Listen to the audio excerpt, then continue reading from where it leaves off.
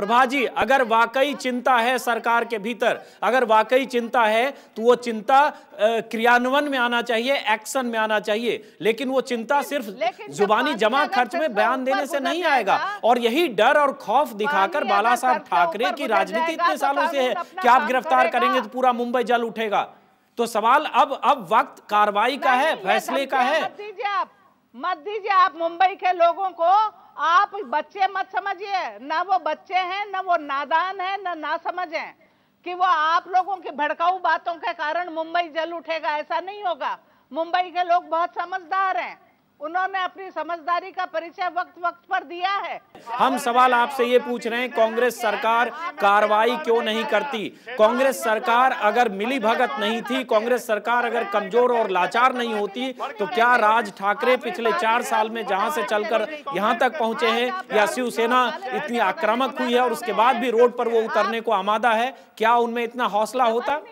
आप सोच रहे हैं किस तरह से आप राहुल जी को डरा देंगे या कांग्रेस पार्टी को डरा देंगे? इस तरह की बातों से न कांग्रेस कभी डरी है न डरेगी। कांग्रेस गांधीवादी रास्ते पर चलती रही है और महात्मा गांधी की मेरी बात सुनिए। प्रभा ठाकुर जी, कृपया करके मेरी बात सुनिए। राहुल गांधी जी को हम बिल्कुल डराना नहीं चाहते, राहुल जी को हम समझाना चाहते हैं। राहुल जी से हम ये कहना चाहते हैं कि महाराष्ट्र को समझिए, महाराष्ट्र के लोगों के दर्द को समझिए। आप एक बार विदर्भ में आए थे, कलावती के घर में रुके थे, कलावती को आपने 20,000 रुपए महीने की व्यवस्था तो कर दी, लेकिन जब उसने चुनाव लड़ना चाहा तो आपके ही कांग्रेस के लोगों ने उसको धमकी दी, उसे अस्पताल में भर्ती होना पड़ा। क्या आप इसी तरह से महाराष्ट्र का हित करना चाहते हैं? राहुल जी, आपने भारत की खोज की है, महाराष्ट्र में भी आइए, महाराष्ट्र को भी खोज करिए। प्रभा ठाकुर जी, मैं आपको भी आमंत्रण देता हूँ। प्रभा ठाकुर जी, आदरणीय प्रभा ठाकुर जी, आदरणीय सरकार भेज रही है, उससे महाराष्ट्र के गांव वालों का भला हो रहा है। जाइए पूछिए उनसे। महाराष्ट्र को आपने शिवसेना के अपने सत्ता काल में अपने महाराष्ट्र के गांवों का भला नहीं किया है। कि जो पार्टी धमकी दे रही है उसके नेता यहाँ स्टूडियो में मौजूद हैं, एमएनएस के नेता बागी सारस्वत, और जो पार्टी जिसकी सरकार है महाराष्ट्र में 10 सालों से, जिनको कार्रवाई करनी चाहिए, जो कई मोर्चों पर विफल रही है कार्रवाई के मामले में, उसकी नेता भी यहाँ मौजूद हैं। रामकृपाल जी, आप क्या कहेंगे? बीच में दो नेताओं के बीच में आप हैं। मैं समझता हूं कि जितना ज्यादा दोषी मनसा और शिवसेना के लोग हैं, उससे कम दोषी कांग्रेस नहीं है।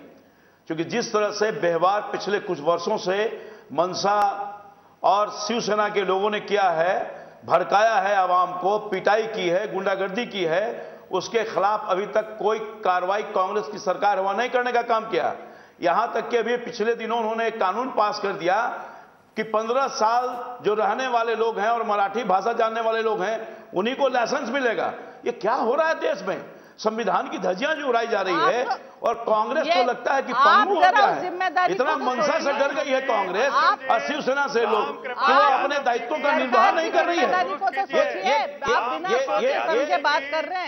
ये जो है मनसा के लोग जिन्होंने ये शपथ ले लिया है कि हम गुंडागर्दी करके मुंबई की जनता से पूछिए, वो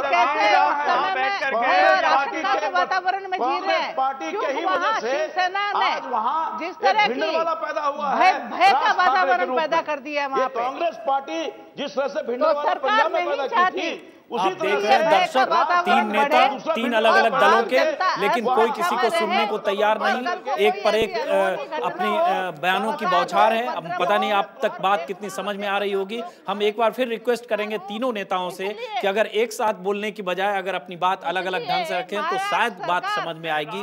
बात एक बार फिर प्रभा ठाकुर जी, आपसे एक आग्रह, एक जानना चाहेंगे हम, देश की जनता जानना चाहेगी, क्या आपने अपने पार्टी हाईकमान से, मुख्यमंत्री से, पार्टी नेताओं से आपकी बात हुई है कि इस बार अगर बाला साहब ठाकरे या राज ठाकरे के गुंडे या गुर्गे या कार्यकर्ता सड़क पर कानून व्यवस्था को अपने हाथ में लेते हैं तो किसी भी सूरत में उन्हें बख्शा नहीं जाएगा?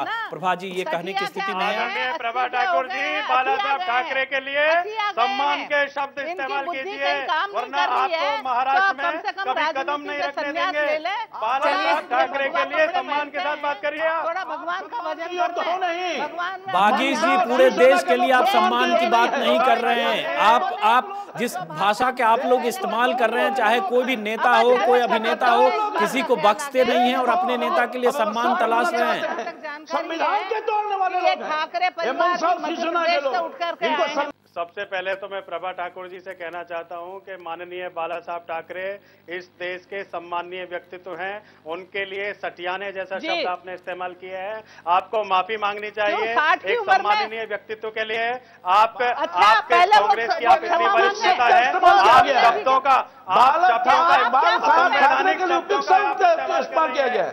ये देशद्रोही लोग हैं, इनको इसी शब्दों से इस्तेमाल करना चाहिए। माननीय बाला साहब ठाकरे के लिए आप असंवैधानिक शिवसेना बाल ठाकरे के लोग हैं, मनसा के लोग, राज ठाकरे के लोग, व्यक्तित्व हैं। इनके देश तोड़ने वाले गुंडागर्दी कर करके देश को बांटना चाहते हैं। ऐसा कोई पूरे तौर पर पूरे देश में यह आतंक का वातावरण पैदा करना चाहते हैं। इनकी गुंडागर्दी नहीं चलने दी जाएगी। कांग्रेस पार्टी की सरकार वहाँ मरी हुई सरकार है, जिसने अभी तक कोई बागीश जी, रामकृपाल जी, बागीश जी, प्रभा जी, तीनों को हमारी आवाज आ रही है या आप लोग आपस में ही बात करेंगे? बागीश जी, प्रभा जी, रामकृपाल जी, मेरा फिर से सवाल है कि अगर इस तरह से बहस होगी तो उससे कुछ बात समझ में दर्शकों को नहीं आ रही है। हम एक बार फिर से प्रभा जी वापस उसी सवाल पे आते हैं, क्योंकि उसका जवाब आने से पहले तीनों गुत्थम गुत्था आपस में कर रहे हैं। एक सवाल प्रभा जी, कांग्रेस की वरिष्ठ नेता से, क्या आप इंश्योर कर रही हैं, क्या आपकी बात पार्टी हाईकमान और मुख्यमंत्री से हुई है कि कानून व्यवस्था को हाथ में लेने वाले को किसी भी सूरत में बख्शा नहीं जाएगा, चाहे बाला साहब के लोग हों या शिवसेना के लोग हों या एमएनएस के लोग हैं? प्रभा जी, ये तो संविधान की बात है, कानून की बात है, इसमें पार्टी से या कहीं बात करने की कहाँ जरूरत उठती है। जो व्यक्ति जैसा काम करेगा, कानून के दायरे से ऊपर कोई भी नहीं है देश का बड़े से बड़ा व्यक्ति, चाहे वो कोई भी हो।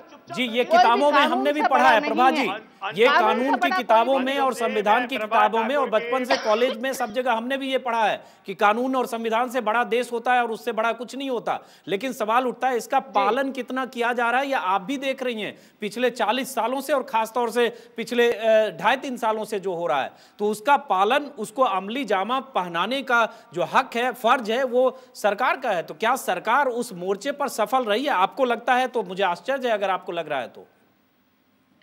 मैं आपसे ये कहना चाहूंगी कि जब अब पानी सर से ऊपर हो जाएगा तो फिर उसके बाद ये चारा क्या बचेगा। ये खुद ये दरअसल उकसाने में लगे हुए हैं सरकार को, ऐसे बयान दे करके, ऐसे काम करके कि वो ये चाहते हैं कि वो गिरफ्तार होके हीरो हो जाए, सैकड़ों लोग सड़कों पे उतर आए। वो जो उतरेंगे वही जो शिव सैनिक है, उनके गुर्गे ही उतरेंगे, लेकिन उसमें मासूम लोग न पिस जाएं कहीं।